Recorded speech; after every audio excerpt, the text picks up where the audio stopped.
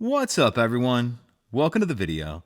Today we're going to take a look at how to get a Ford Explorer started if the key fob dies.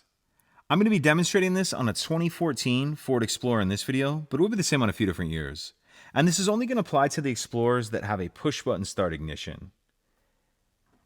So I've taken the battery out of this key fob to demonstrate. As you can see, none of the buttons are working. If I try to start the vehicle as I normally would, it's not going to start. And I'm going to get a message on the dash saying no key detected. So what I need to do is grab my key fob and we're going to place it in the transmitter pocket. The transmitter pocket is going to be in the center console. If we take a look at the bottom front of the center console, you can see there's that little pocket right there. So what I'm going to do is take my key fob and put it in that little pocket like that. And once the key fob is sitting in the transmitter pocket, we should be able to start the vehicle as normal. So brake, stop start button.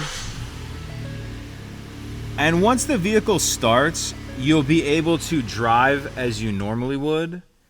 And the only other thing you'll want to do is to replace the battery in your key fob as soon as you can. And I'll put a link in the description box of this video on how to replace the battery in this key fob in case you're unfamiliar. If you have any other questions, please let me know. If you could take a second to like and subscribe, it helps us out, and I'd appreciate it. Thank you.